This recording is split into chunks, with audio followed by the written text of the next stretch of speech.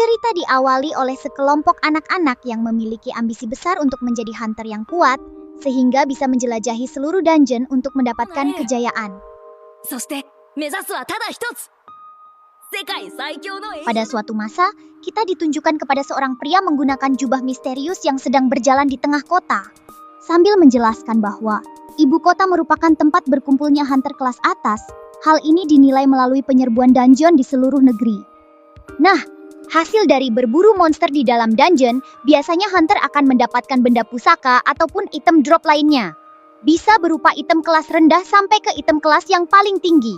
Tapi, perlu diketahui bahwa semua itu bisa didapatkan dengan mempertaruhkan nyawa mereka sendiri untuk bertarung melawan monster.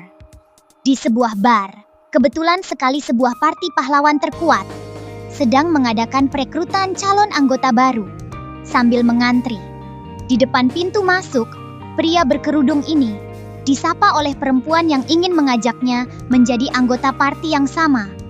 Sambil menjelaskan bahwa ibu kota merupakan tempat berkumpulnya hunter kelas atas, hal ini dinilai melalui penyerbuan dungeon di seluruh negeri.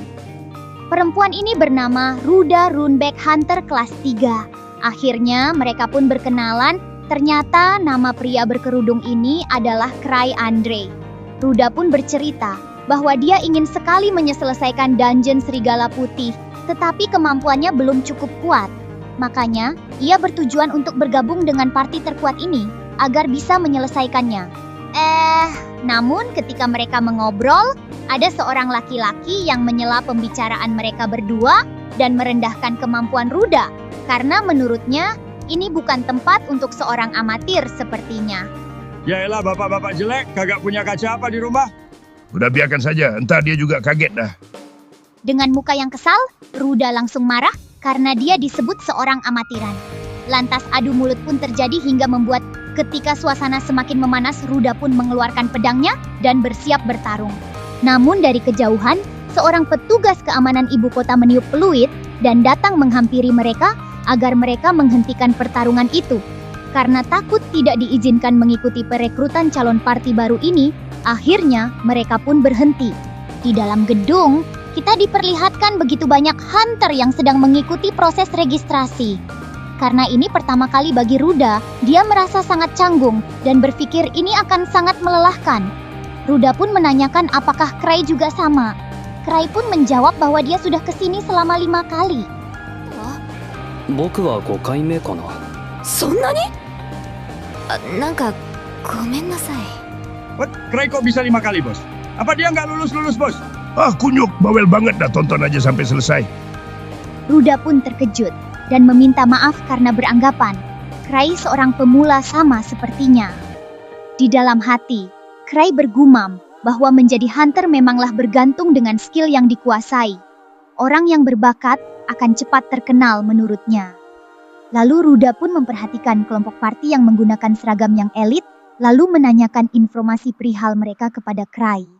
Cry pun menjawab, mereka adalah anggota parti Putra Roh Kudus, yaitu Bahtera Bahadur, yang merupakan grup terkuat yang berhasil menyelesaikan dungeon level 7 hanya dengan 6 orang, dan sekarang sedang mencari anggota baru.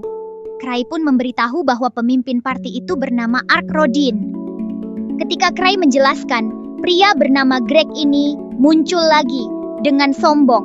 Dia menjelaskan bahwa kursi yang masih kosong itu merupakan tempat duduk pendiri klan arwah berduka, yang merupakan parti berisi orang-orang kuat yang berbakat, yang disebut Duka Jagal.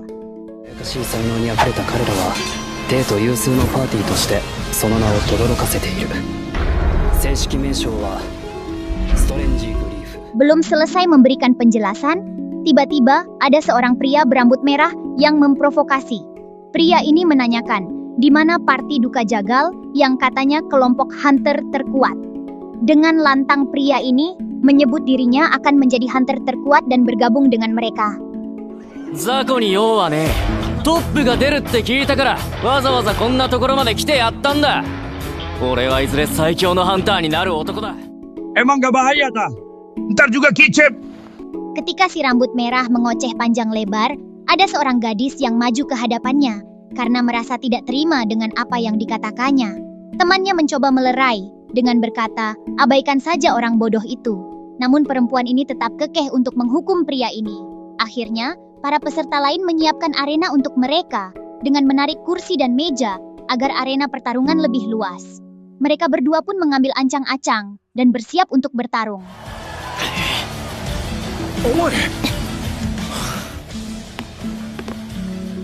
Ketika itu pula, Cry langsung mengajak Ruda untuk pergi keluar bersamanya karena takut mati terlibat pertarungan. Ketika Cry sedang berjalan keluar, Kepala Merah datang melakukan serangan. Tiba-tiba wanita ini merasakan kehadiran sesuatu yang aneh dan sekejap menghampiri Cry dan berkata,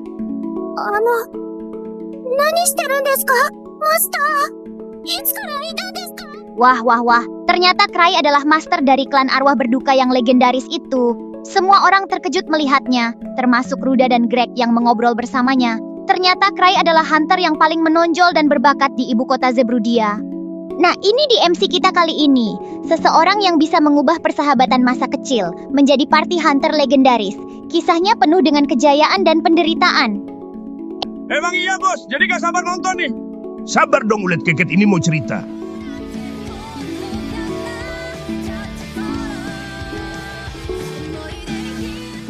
Cry Andre adalah seorang hunter bersertifikasi level 8 dengan kemampuan uniknya yaitu ribuan trik.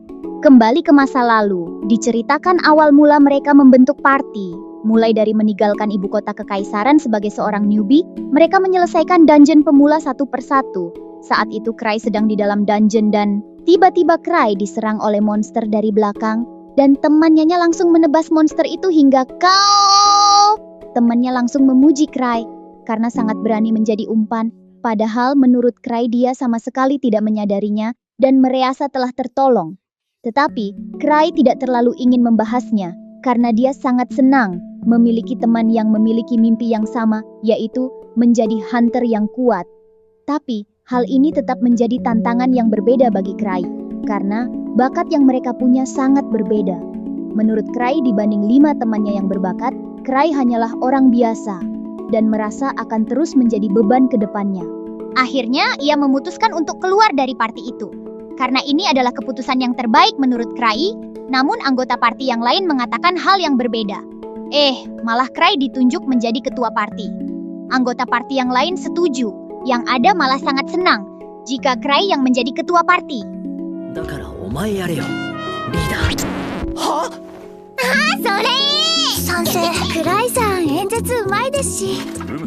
Namun tidak dengan Cry.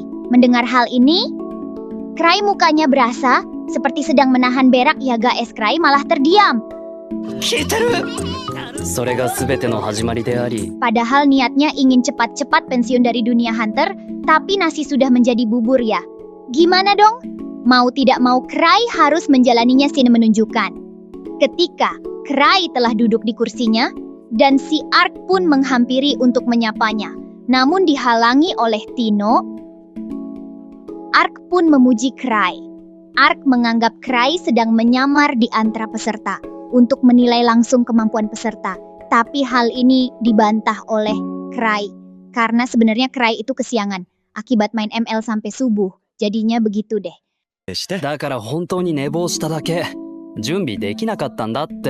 Namun selayaknya hunter di dunia ini, orang-orang tidak suka mendengarkan perkataan orang lain. Karena menurut mereka, mempercayai hasil penilaian mereka sendiri adalah hal yang wajib.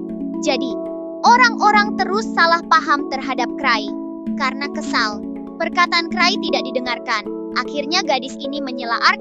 Gadis ini bernama Tino Shade, berlevel sertifikasi 4. Merupakan penyerang di tim Swaburu dan murid dari teman masa kecil Cry, yaitu Liz. Lalu Ark pun bertanya, apakah Cry telah menemukan calon kandidatnya? Cry pun menjawab,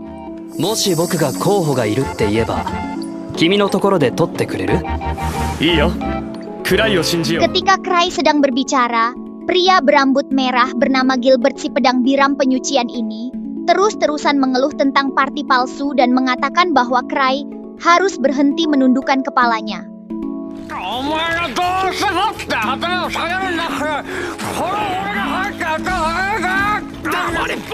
Akhirnya, Cry memutuskan untuk menentukan siapa yang akan mendapat rekomendasinya dengan menunjukkan Mereka harus memiliki sifat pantang menyerah dan tak terkalahkan.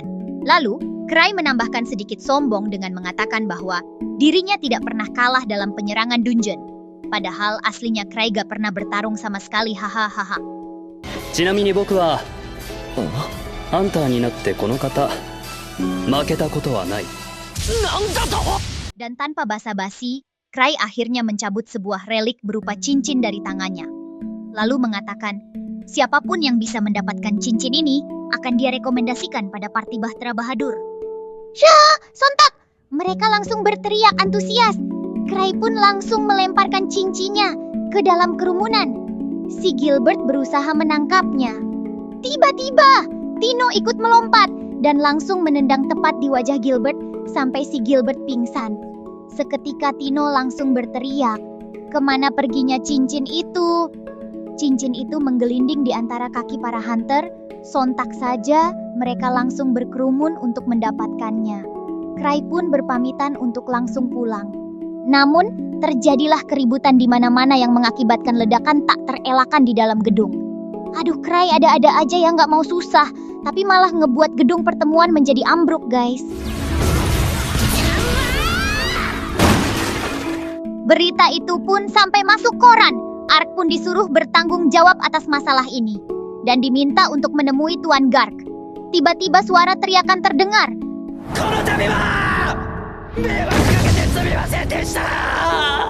Ternyata, Cry sedang memohon dan meminta maaf atas apa yang terjadi saat proses perekrutan anggota baru Bahtera Bahadur. Ini adalah Gark Welter, kepala cabang asosiasi penjelajah. Akhirnya Gark pun tidak mempermasalahkannya. Namun ia memberikan buku pedoman Hunter, karena ia berharap sebagai ketua klan pionir, Cry bisa menjadi contoh yang baik bagi Hunter dan klan-klan lain, serta memberikan Cry misi pilihan yang tidak dapat dikerjakan oleh Hunter lain. Karena terpaksa, Cry berpikiran untuk memberikan misi ini pada Ark saja. Akhirnya setelah melihat-lihat, Cry menemukan misi penyelamatan untuk kelas 3 yang dianggapnya paling mudah. Ketika sampai di markas klan, Tino menginformasikan bahwa Ark sedang tidak bisa menjalankan misi dari Cry karena sedang menjalankan misi lain. アークいないの？エセイケメンなら貴族の呼び出しがあるとかでしばらく留守だと。 Ketika Cry bingung karena tidak ada anggota lain, tapi Tino malah memperlihatkan bahwa ia berhasil mendapatkan cincin Cry sebelumnya. マスターの指輪を誰にも渡したくなくて。これ本当にいいんですか？ Dengan perasaan bahagia, Tino mengatakan bahwa dia tidak ingin orang lain yang menyimpan cincin milik Cry. Cry pun memujinya, serta menanyakan apakah Tino memiliki waktu senggang. Dengan sangat bersemangat, Tino menjawab. Tapi semangat itu tiba-tiba hilang ketika Cry memberitahukan tujuannya. Tino langsung terdiam seperti melihat setan, serta menghilang bagaikan angin. Namun Cry menggunakan rantai pemburunya untuk menangkap Tino kembali. Tino pun syok berat dan berpikir bagaimana Cry bisa setega itu. マスター、私は今人生で一番ショックを受けています。 Cry, Tino itu cewek lo, tega banget. Ulet keket lu bacot mulu. Lu aja yang gantiin gimana? Karen Tino mengeluh tidak bisa mengerjakannya sendiri. Tino berharap bisa mengerjakan ini bersama dengan tuannya Cry. その、マスターが一緒に来てくれるのでしたら。白狼の巣だよね。 Tapi tidak disangka, Cry malah mempersatukan Tino menjadi satu tim bersama Gilbert, Ruda, dan Greg. Wah, kasihan ya jadi Tino. Kenapa HP Cry mulu? Hayo! Kalian pasti penasaran kan? Dengan cerita selanjutnya, tolong pencet like dan subscribe-nya Ayo, dong. pencet. Kalian kan teman-temanku yang paling baik. Yang like sama subscribe semoga rezekinya lancar.